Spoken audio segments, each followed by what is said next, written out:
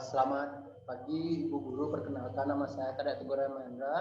Di sini saya akan mempresentasikan tentang uh, proposal keripik bayam saya yang dengan tagar atau hashtag cemilan dengan cita rasa yang khas.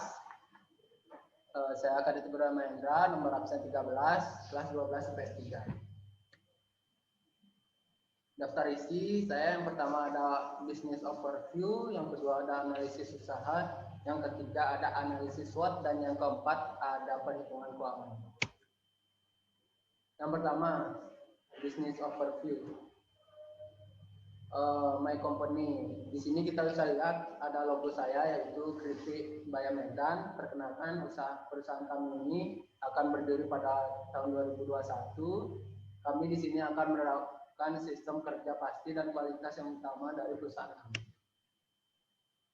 Latar belakang dibangunnya perusahaan kami adalah karena keripik bayam merupakan makanan khas yang berasal dari Indonesia. Kebanyakan orang, terutama anak-anak dalam bidang agrosentris, bayam dapat diolah menjadi inovasi baru dengan cita rasa yang baru. Selain keripik dengan rasa original, keripik ini juga memiliki cita rasa yang berbeda dan khas sekali, yaitu pedas. Problemnya yang pertama, sulit bersaing dengan pasar yang memproduksi sama keripik bayam. Yang solusinya yang kami dapatkan dari masalah itu yaitu kami harus dapat mengembangkan inovasi baru yang dapat membuat produk kami lebih maju dan lebih sukses.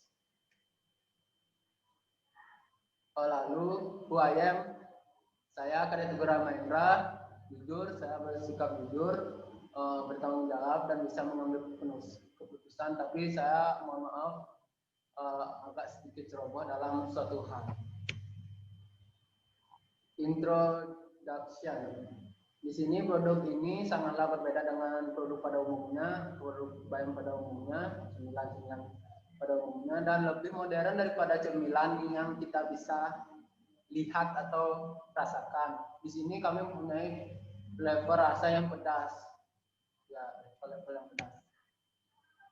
Di sini tim kami yang pertama ada saya sendiri Kadek Teguh Mahendra sebagai moderator pemilik, yang kedua ada Pemanggulan Krisna manajer produksi, ada Gede Indra Priyana manajer keuangan, Ibu Dia Rimbawa manajer pemasaran. Ada visi dan misi tujuan dari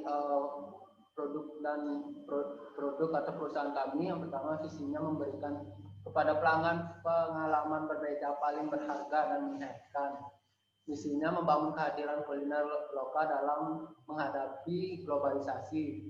Lalu tujuannya untuk memperoleh penghasilan dan memberikan keputusan kepada pelanggan, memberikan kesan yang berbeda tentang pengolahan keripik bayam menjadi hidangan ikonik di Nusantara. Yang kedua ada analisis usaha. Analisis usaha dibagi menjadi dua, yaitu manajemen produksi dan marketing mix. Manajemen produksi ini terdiri dari penggunaan bahan baku, daftar peralatan yang dibutuhkan, proses pembuatan, biaya operasional. Marketing mixnya ada yang pertama produk, place promotion, place opinion, people opinion, proses, physical mix. Marketing mixnya produk, yang pertama ada alat, spatula, kompor, wajan, pisau, dan gas. Bahannya yang pertama 70 lembar daun bayam, 250 gram tepung kanji, setengah sendok ketumbar, 2 butir kemiri, minyak goreng, air secukupnya, garam secukupnya, 1 cm kunyit, 4 cium bawang putih, dan 250 gram tepung beras. Proses pembuatannya yang pertama cuci bayam dengan bersih, lalu tiriskan. Yang kedua haluskan bawang putih, kemiri, ketumbar, dan kunyit. Buat adonan tepung beras dan tepung kanji dengan air secukupnya, lalu tambahkan bumbu yang sudah dihaluskan tadi, tambahkan air hingga encer, lalu campur adonan dengan daun bayam. Yang keempat, panaskan minyak. Setelah panas, kecilkan apinya supaya tidak gosong. Celupkan daun bayamnya, goreng sampai kuning keemasan. Setelah kuning keemasan, kita dinginkan, simpan keripik bayam dalam wadah tertutup. Target pasar kami adalah semua kalangan, baik tua, anak-anak, remaja dan orang tua. Lalu positioning tempat kami atau wadah yang kami gunakan dalam produk kami yaitu kertas, craft foil. Segmentasi kami adalah suasana kekeluargaan untuk cemilan atau menjadi hidangan untuk mengobrol sama teman atau keluarga. Place-nya ada di tempat Jalan Tegawangi 2 Gang Cempaka Indah nomor 18A, harganya Rp5.000. Dan promosinya kami gunakan adalah Instagram, serta produk saya adalah Kripik Bayam Medan yang mempunyai tingkat kepedasan tinggi.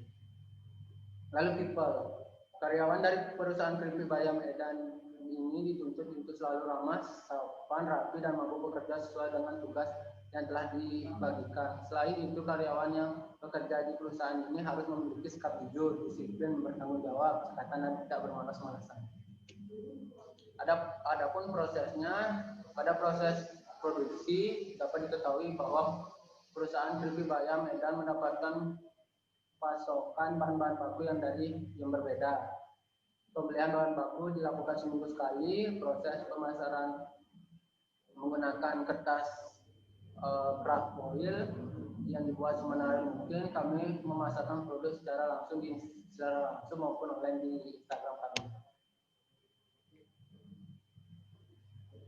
Lalu ada physical evidence.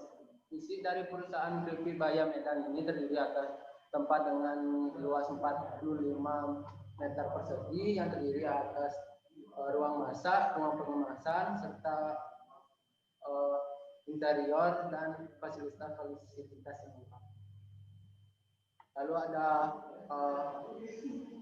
people opinion ini produk kami dinilai dari konsumen, dinilai sudah baik, price atau harganya menurut mereka atau menurut konsumen sudah terjangkau, place-nya atau tempat susah didapat karena masuk gang.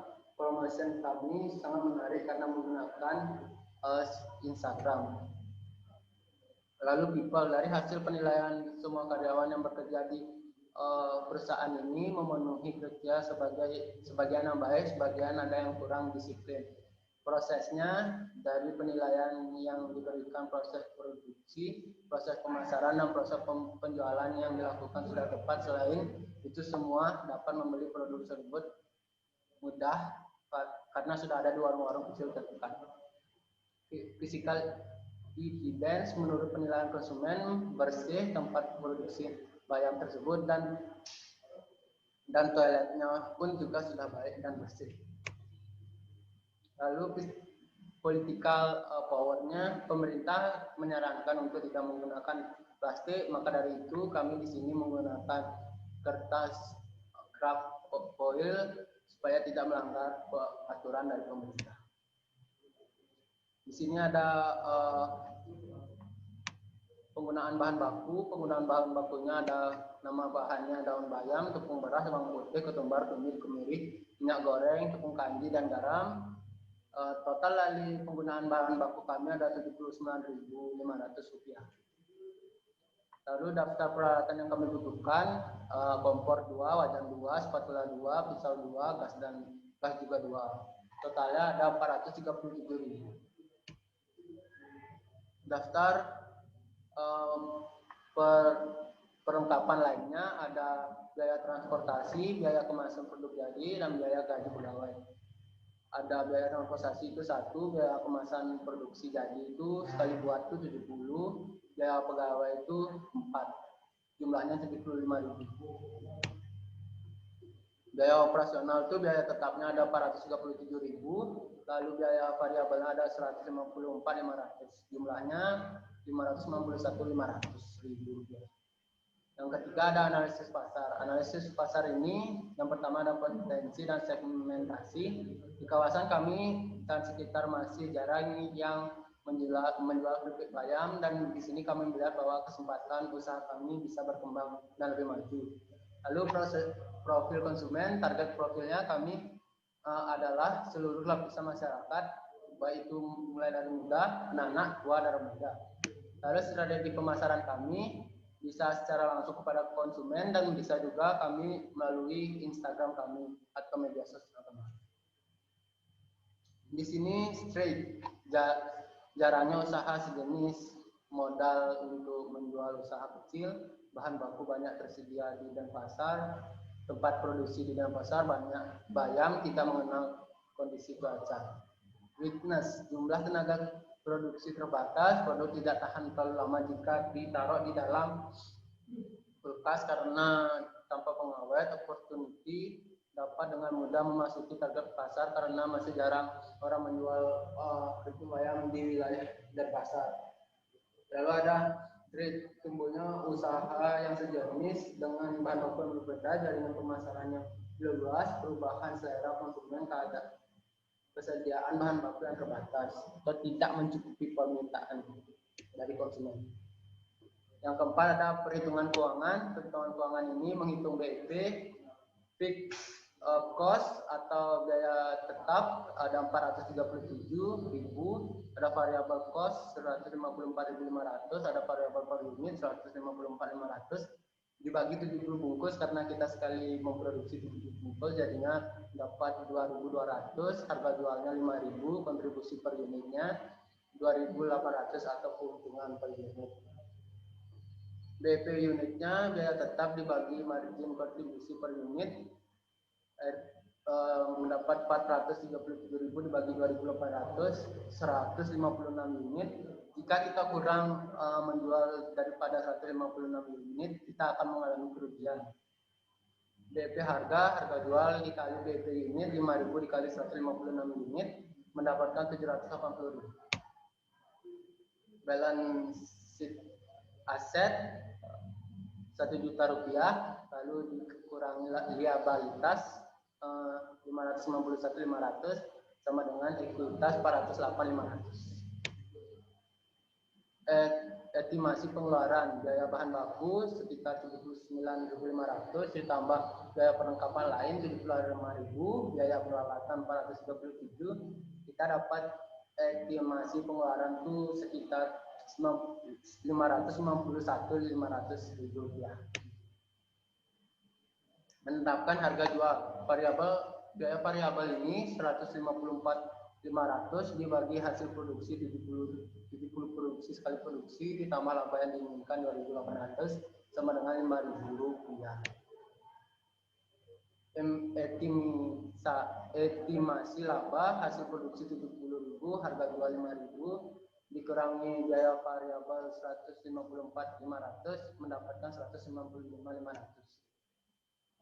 Ini adalah contoh dari produksi atau pemasaran produksi dari perusahaan kami menggunakan desktop software. Lalu ada kami menggunakan tablet app. Lalu kami juga menggunakan mobile web.